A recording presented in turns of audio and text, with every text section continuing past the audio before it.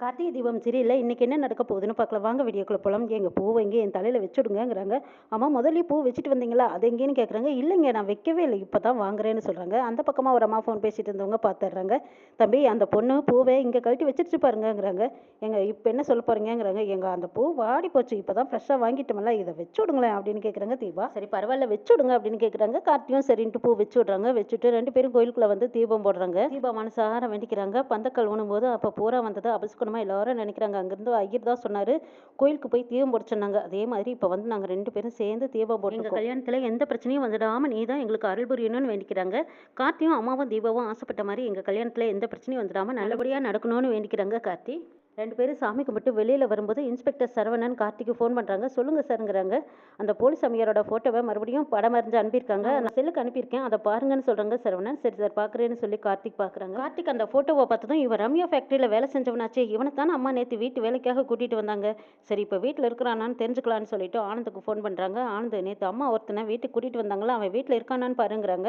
ஆனந்த், இரு நான் பார்த்து சொல்கிறேன் அப்படின்னு சொல்லி, இல்லை கார்த்தி வீட்டில் இல்லை, அவள் ஏதோ அவசரம்னு சொல்லி நேற்றே கிளம்பி போயிட்டானாமாங்கிறாங்க. கார்த்தி ஃபோனை வச்சுட்டு திரும்பி பார்க்குறாங்க. சேகர் அங்கே தான் உட்காந்து ஏதோ சாப்பிட்டுட்டு இருக்கிறாங்க. இங்கே என்ன பண்ணுறீங்கன்னு கேட்குறாங்க. சார் நேற்று நைட்டே நான் அவசரமாக ஊருக்கு கிளம்பலான்னு போனேன், ஆனால் போக முடியல சார்ங்கிறாங்க. நீ தான் சாமியார் வேஷம் போட்டியாங்கிறாங்க. சார் என் லைஃப்பில் ஸ்கூல் ட்ராமாவில் கூட நான் எந்த வேஷமே போட்டதில்லை சார்னு சொல்கிறாங்க. சேகர் ஓங்கி பலார்னு ஒரு அறை வைக்கிறாங்க. கார்த்தி இப்போ சொல்ல போறியா இல்லையாடான்னு கேட்குறாங்க. கார்த்தி சார் சார் நான் எல்லா உண்மையும் சொல்லிடுறேன், சாமியார் வேஷம் போட்டதெல்லாம் உண்மை தான். இது எல்லாத்துக்கும் காரணம் அந்த ரம்யா தான் என்னை போட சொன்னாங்க. நானும் பணத்துக்கு ஆசைப்பட்டு அவங்க சொன்னதையெல்லாம் அப்படியே செஞ்சுட்டேன் சார்ங்கிறாங்க. ரம்யாவா போட சொன்னாங்கங்கிறாங்க. ஆமாம் சார் அவங்க தாங்கிறாங்க. சொல்லிட்டு சேகர் அங்கேருந்து போகிறாங்க. கார்த்தி தீபாவை கூட்டிகிட்டு வீட்டுக்கு வந்து வீட்டு வாசல்லையே இறக்கி விடுறாங்க.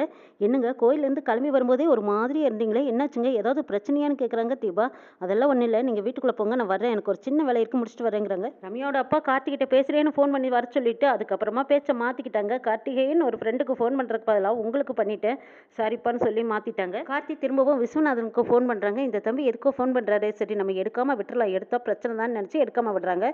ரெண்டாவது தடவையும் கார்த்தி கூப்பிடுறாங்க. எடுக்காமல் விட்டா பெரிய பிரச்சனை ஆகிடும், சரி என்னதான் கேட்டு பார்க்கலாம் அப்படின்னு விஸ்வநாதன் ஃபோன் அட்டன் பண்ணுறாங்க. நேற்று என்கிட்ட பார்க்கில் ஏதோ பேசணும்னு வந்தீங்களா, அது என்ன சார்ங்கிறாங்க. அப்படியெல்லாம் ஒன்றும் இல்லை தம்பி, நான் தான் நேற்று விளக்கமே சொன்னேங்கிறாங்க.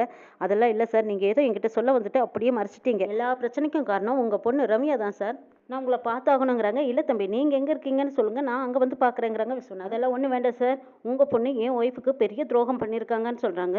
தம்பி நான் சொல்கிறத கொஞ்சம் கேளுங்கிறாங்க விஸ்வநாதன். அதெல்லாம் ஒன்றும் கேட்கணுங்கிற அவசியம் இல்லை சார், உங்கள் பொண்ணு செஞ்ச தப்புக்கு கண்டிப்பாக தண்டனை அனுபவிச்சே ஆகணும், நீங்கள் நேராக போலீஸ் ஸ்டேஷன் வாங்கன்னு சொல்லிட்டு கார்த்தி ஃபோனை வைக்கிறாங்க. ரம்யா அபிராமி வீட்டுக்கு ஒரு கான்ட்ராக்டரை கூட்டிகிட்டு வந்திருக்காங்க. இவர் பேர் சுந்தரம். கல்யாண மண்டபத்தில் எல்லா வேலையும் இவரே பார்த்து எல்லாம் செஞ்சுட்டு வாழை மரம் கட்டுறதுலேருந்து சாப்பாட்டு வேலை முடிகிற வரைக்கும் எல்லாமே பார்த்துக்குவாங்கன்னு சொல்லி ரம்யா கூட்டிகிட்டு வராங்க. மாப்பிள்ளையோட மண்டபத்துக்கு போனால் போதும், கார்த்தி தீபாவோட கல்யாணத்தை இவங்க நல்லபடியாக செஞ்சு முடிச்சு கொடுத்துருவாங்கங்கிறாங்க ரம்யா. மேடம், நூற்றுக்கணக்கான விஐபிகளோட கல்யாணத்தையும் நாங்கள் முடிச்சு கொடுத்துருக்கோம், இந்த கல்யாண பொறுப்பையும் எங்ககிட்டயே விட்டீங்கன்னா நாங்கள் நல்லபடியாக முடிச்சு கொடுத்துருவோம்னு சுந்தரம் கேட்குறாங்க. உங்களுக்கு எந்த டென்ஷனும் இல்லாமல் நாங்கள் பார்த்துக்குறோம், நீங்கள் பொண்ணு மாப்பிள்ளையோட வந்துட்டு போனால் போதுங்கிறாங்க. சரி ரம்யா கூட்டிகிட்டு வந்திருக்கா, நீங்கள் என்னப்பா சொல்கிறீங்கன்னு அருண் ஆனந்த் ரெண்டு பேத்துக்கிட்டையும் கேட்குறாங்க. அபிராமி இவரை பற்றி நானும் கேள்விப்பட்டிருக்கேன், அதெல்லாம் பரவாயில்லம்மா நல்லா செய்யலாங்கிறாங்க. சரி அப்போ மொத்த கான்ட்ராக்ட்டும் இவர்கிட்டயே கொடுத்துடலாமான்னு அபிராமி கேட்குறாங்க. அதெல்லாம் கொடுக்கலாங்கிறாங்க. கல்யாண வேலைகள் மொத்த கான்ட்ராக்ட்டையும் உங்ககிட்டயே கொடுத்துட்றோம், டெக்கரேஷன்லேருந்து சாப்பாடு பந்தி பரிமாறி முடிகிற வரைக்கும் எல்லா பொறுப்பையும் நீங்களே எடுத்து பார்த்துக்கணுங்கிறாங்க. கல்யாணத்துக்கு வரவங்க மணமக்களை சந்தோஷமாக ஆசீர்வாதம் பண்ணிட்டு போகணும், எந்த ஒரு மனக்குறையும் வந்துடக்கூடாதுங்கிறாங்க. இல்லை மேடம் எந்த ஒரு குறையும் வந்துடாது, எல்லாம் நாங்களே பார்த்துக்குறோங்கிறாங்க கான்ட்ராக்டர். மேடம் அபிராமி குரூப்ஸ் கம்பெனியை பற்றி எங்களுக்கு நல்லா தெரியும், நீங்களும் சிட்டியில் பெரிய விஐபி தானே, ரம்யா மேடமும் எங்களுக்கு நல்லா தெரிஞ்சவங்க தான், உங்கள் பேரை காப்பாற்றுற அளவுக்கு நாங்கள் இந்த கான்ட்ராக்ட் எடுத்து எந்த அளவுக்கு நல்லபடியாக செஞ்சு கொடுக்குறோன்னு பாருங்கிறாங்க. ரொம்ப சந்தோஷம், இன்னையிலேருந்தே கல்யாண பொறுப்பு பூரா உங்ககிட்ட கொடுத்துட்றோம், நீங்களே எல்லாம் பார்த்துக்கோங்கிறாங்க. சுந்தரம் சரிங்கிறாங்க. 10 லட்சம் ரூபாய்க்கு செக் போட்டு எடுத்துட்டு வான்னு சொல்கிறாங்க அபிராமி. ஆனந்த் செக் எழுதி கொண்டு வந்து கொடுக்குறாங்க. இந்த 10 லட்சத்தை அட்வான்ஸாக வச்சுக்கோங்க, கல்யாணம் முடிஞ்சதும் நான் மொத்தமாக செட்டில் பண்ணிடுறேங்கிறாங்க அபிராமி. சரின்னு சொல்லிட்டு போகிறாங்க. தீபா ரம்யாவை பார்க்குறாங்க. ரம்யா ஒன்றுமே தெரியாத மாதிரி நல்ல பிள்ளையாட்ட நினைக்கிறாங்க. அம்மா என் கல்யாணத்துக்காக நீ பார்த்து பார்த்து செய்கிற இந்த நன்றி கடனை நான் எப்படி அடைப்பேன்னு தெரியலைங்கிறாங்க தீபா. என்னடி நீ என்ன வேற்று மனுஷியாட்ட பார்க்குற, நன்றி கடன் அது இதுன்னு சொல்லி பெரிய வார்த்தையெல்லாம் சொல்லிட்டு இருக்கிறேன். நான் உன்னோட க்ளோஸ் ஃப்ரெண்டு, இந்த கல்யாணத்தில் என்னோட முழு உரிமையும் பங்கு இருக்கணும்னு நான் நினைக்கிறேன். மீனாட்சியும் மைதிலையும் பேசிக்கிறாங்க. இந்த மாதிரி பேசியே பிரெயின் வாஷ் பண்ணி வச்சிருக்கிறா, அதனால தான் தீபா நம்ம என்ன சொன்னாலும் கேட்கவே மாட்டேங்கிறாங்கிறாங்க மைதிலி. அவ சாய் இன்னும் கொஞ்சம் நாளையில் வெளுத்துடும், நீ ஒன்றும் கவலைப்படாதீங்கிறாங்க மீனாட்சி. கார்த்தி நேராக போலீஸ் ஸ்டேஷனுக்கு தான் கூட்டிகிட்டு வந்திருக்காங்க. அந்த சேகரை டிக்கியில் மூட்டை கட்டி போட்ட மாதிரி வச்சு அடைச்சு கொண்டுட்டு வந்திருக்காங்க.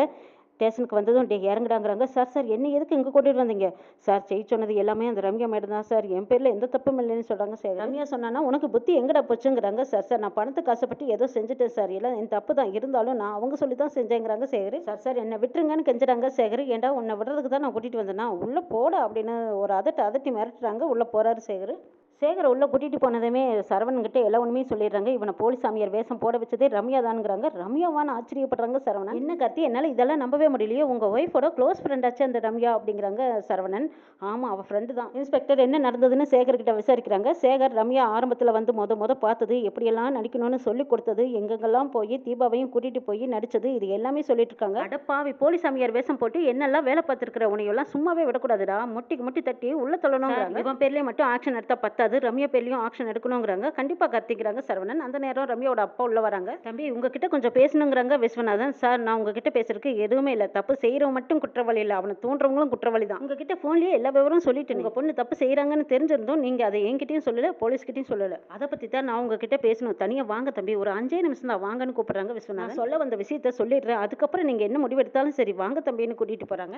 என்ன மன்னிச்சிடுங்க தம்பின்னு விஸ்வநாதன் கெஞ்சுறாங்க. என்ன சார், உங்க வயசு என்ன, என் வயசு என்ன, என் காலில் எதுக்காக விளையாடுறீங்கன்னு கேட்குறாங்க கார்த்தி.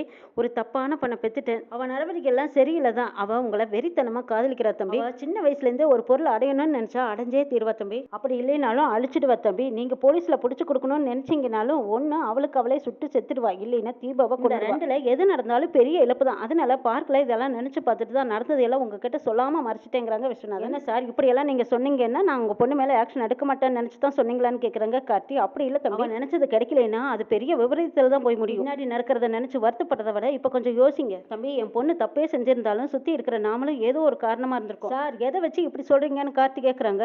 ஆமா தம்பி, உங்க அண்ணன் ஆனந்த் சொன்னாருந்தானே நீங்க எங்க கம்பெனிக்கு வேலைக்கு வந்தீங்க, நீங்க யாரு என்னங்கிறது கூட அவளுக்கு தெரியாது, உங்களுக்கு கல்யாணம் ஆயிடுச்சுங்கிறது கூட அவளுக்கு தெரியாது. அப்படி உண்மை தெரிஞ்சிருந்தா அவ உங்க பக்கம் தலை வச்சே படுத்திருக்க மாட்டேன் தம்பி. சரிங்க, இப்பதான் எனக்கு கல்யாணம் ஆயிடுச்சுன்னு தெரியுமல்ல, அப்புறம் ஏன் இப்படி நடந்துக்கிறாங்கன்னு கார்த்தி கேக்குறாங்க. அதுதான் தம்பி பெரிய தப்பு. நான் உடம்பு சரியில்லாம ஆஸ்பத்திரியில இருந்த போது நீங்க என்ன பாக்குறதுக்கு வந்தீங்கல்ல, அப்பதான் நான் தான் ரம்யா கிட்ட இவர் தான் உன்னை முத பார்க்க வந்த மாப்பிள்ளைன்னு நான் சொல்லிட்டேன். ஏற்கனவே உங்க மேல காதல் இருந்தவ மறுபடியும் தீவிரமா காதலிக்க ஆரம்பிச்சிட்டா. தெரிஞ்சோ தெரியாமலோ அவ செஞ்ச தப்புக்கு நாங்களும் ஒரு காரணமாய். சார், இப்போ என்னதான் சொல்ல வரீங்கன்னு கேக்குறாங்க கார்த்தி. தீபா கழட்டி வச்ச தாலியை மறுபடியும் தீபா கழுத்துல ஏறணும்னு உங்க அம்மா ஆசைப்படுறாங்க. நீங்க எப்படியாவது ரம்யாவை டைவர்ட் பண்ணி தீபா கழுத்துல தாலியை கட்டிட்டீங்கன்னா அதுக்கப்புறம் உங்க பக்கமே வரமாட்டான்னு நான் நினைக்கிறேங்கிறாங்க விஸ்வநாதன். கல்யாணத்துக்கு முன்னாடியே என் பொண்ணுக்கு ஒரு நல்ல மாப்பிளைய பார்த்து அவ கல்யாணத்தை ஏற்பாடு பண்ணுனா அவ மனசு மாறதுக்கு வாய்ப்பு இருக்குதுல்ல தம்பி. இந்த விஷயத்தை மட்டும் நம்ம நல்லபடியா பண்ணிட்டோம்னா என் பொண்ணு பழைய ரம்யாவே எனக்கு கிடைச்சிடுவா.